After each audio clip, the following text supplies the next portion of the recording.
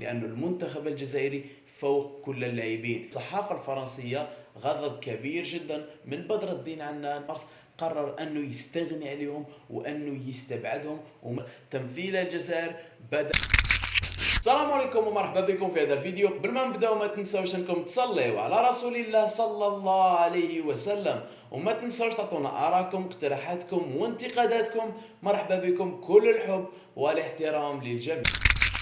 اول شيء نبداو به في هذا الفيديو راح نتكلموا على بدر الدين بوعنان، لاعب الجديد للمنتخب الجزائري ولاعب نادي نيس المتألق هذا الموسم. يقدم في موسم جميل ورائع جدا حسب ما تكلمت الصحافه الفرنسيه. كما راكم تشاهدوا معنا، بدر الدين بوعنان يقرر تمثيل الجزائر بدلا من فرنسا، وهكذا عنونت الصحافه الفرنسيه بنفسها وتكلموا على هذا الامر. ولكن خبر بدر الدين عنان انه مثل الجزائر عرفناه وتكلمنا عليه في فيديو سابق، ولكن الامر الجديد أن الصحافة الفرنسية غضب كبير جدا من بدر الدين عنان كيف اختار أنه يمثل الجزائر بدلا من فرنسا، لأنه كانوا يعلقوا عليه آمال كبيرة ويشوفوا فيه لاعب راح يكون مستقبلي في المنتخب الأول فرنسا ويقدم لهم الإضافة الكبيرة. كانوا يشوفوا فيه بنزيما، سمير ناصري، ولكن حاليا اللاعب قرر أنه يمثل المنتخب الجزائري بدلا من فرنسا، لأنها صعيبة صراحة.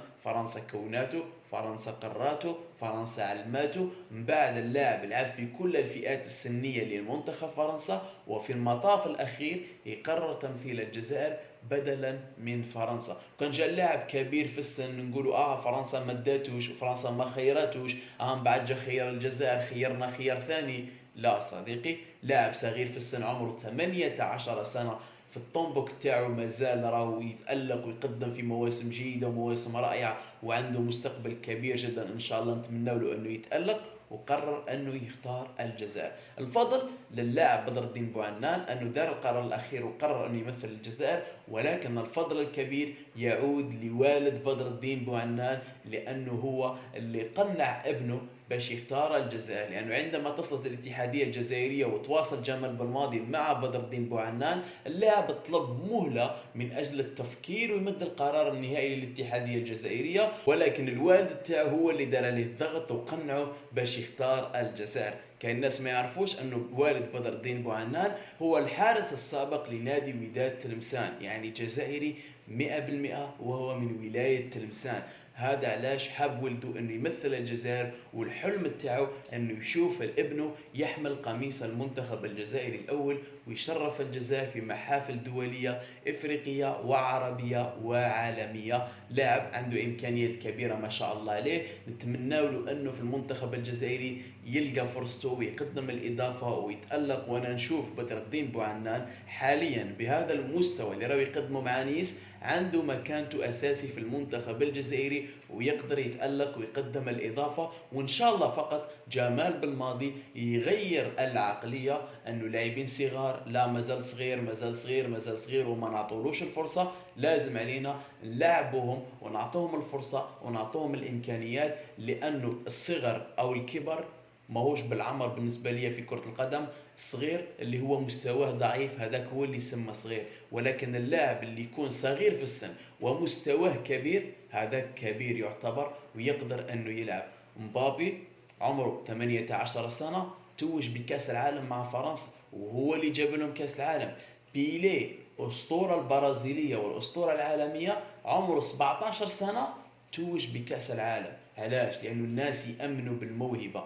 عندك تلعب حتى ان شاء الله يكون عمرك 15 سنة، المهم امكانياتك كبيرة وتقدر تقدم الاضافة، ادخل العب. لانه العمر بالنسبة لي مجرد رقم فقط وليس معيار للاعبين. والان باش نتكلموا بخصوص جمال بالماضي والمنتخب الجزائري والثوره اللي قرر باش يديرها في المنتخب الجزائري ويغير العديد من اللاعبين، يستبعدهم من المنتخب الجزائري، والعديد من اللاعبين اللي باش يجيبهم للمنتخب الجزائري ويضخ دماء جديده ويكون منتخب ان شاء الله مشواره حافل بالانتصارات والتتويجات. وهذا الشيء اللي حابينه من اللاعبين ومن جمال بالماضي، انه يفرحوا الشعب الجزائري ويشرفوا الجزائر ويرفعوا علم الجزائر عاليا في كل المحافل الدوليه والافريقيه والعربيه. كما راكم تشاهدوا معنا هنا حسب الصحافة العربية العين الإخبارية، وتكلمت أيضا الصحافة الجزائرية، وتكلم أيضا سعيد فلاق اللي هو صحفي جزائري على أنه جمال بالماضي راح يستبعد العديد من اللاعبين اللي كان جمال بالماضي دائما يستدعيهم ودائما يكونوا حاضرين في تربص المنتخب الجزائري. ولكن هذه المرة في التربص تاع شهر مارس قرر انه يستغني عليهم وانه يستبعدهم، وما تكلموش الصحافه شكون هما اللاعبين بالضبط، يعني خلوها مجهوله. ولكن انا كخليفه علال كمشجع للمنتخب الجزائري وكمتابع لاخبار اللاعبين نقدر نعطيكم شكون هما اللي يستحقوا انه جمال بالماضي يستدعيهم وشكون اللاعبين اللي ما يستحقوش جمال بالماضي انه يستدعيهم. هذا حسب الاحصائيات والارقام، وانتم ايضا تقدروا تعطونا رايكم في التعليق.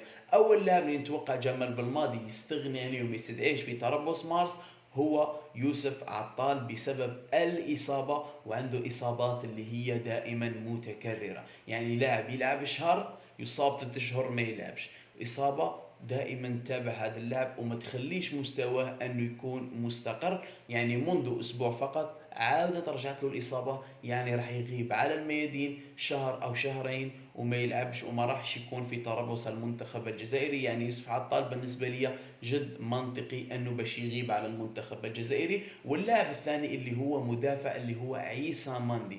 عيسى ماندي وضعيته مع فيا ريال صراحة متأزمة بدرجة كبيرة جدا، لأنه اللاعب منذ يعني مدة ما راهوش يلعب مع فيا ريال نهائيا ولا يشارك في المباريات كاحتياطي وكأساسي. تقريبا 6 أو 7 مباريات ما لعبهمش نهائيا. يعني اللاعب مستواه تراجع كبير جدا، وايضا اللاعب يعاني من اصابه. يعني جمال بالماضي باش يستبعده ايضا منطقي جدا انه ما راحش يجيبه للمنتخب الجزائري، لانه اللاعب ما راهوش يلعب وما راهوش يقدم في اداء جيد. كذلك بالنسبه لي نشوف انه يوسف بالليلي جمال بالماضي هذا المره راح يدير المفاجاه ويستبعده، لانه هذا اللاعب كان دائما يستدعيه جمال بالماضي رغم انه ما كانش يقدم اضافه كبيره في الأسابيع الأخيرة والمباريات الأخيرة في المنتخب الجزائري ومع فريقه. صراحة نتفرج عليهم مباريات مملة جدا وما يقدموش الإضافة الكبيرة. حتى يسجل هدف يسجلوا دائما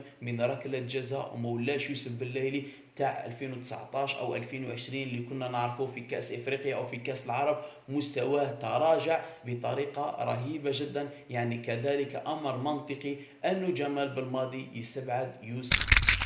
وهذو هما اللاعبين اللي شوف انا جمال بالماضي راح يستبعدهم، وتكون تغييرات من جمال بالماضي ويجيب اللاعبين جدد، لانه انا قيمت هاد اللاعبين بالمنطق بالارقام بالاحصائيات كيفاش راهم يلعبوا، راهم يتالقوا ما راهمش يتالقوا. ونتمنى التوفيق لكل اللاعبين سواء اللي راح يستدعيهم جمال بالماضي سواء ما راحش يستدعيهم جمال بالماضي. كلهم جزائريين ولازم نشجعوهم ونوقفوا معهم ونتمنى لهم كل التوفيق. ومن يقدم الافضل ويقدم الاحسن ويقدم الاضافه للمنتخب الجزائري فهو مرحب به ويستحق حمل قميص المنتخب الجزائري من اجل انه يشرفنا ويفرحنا، لأن المنتخب الجزائري فوق كل اللاعبين.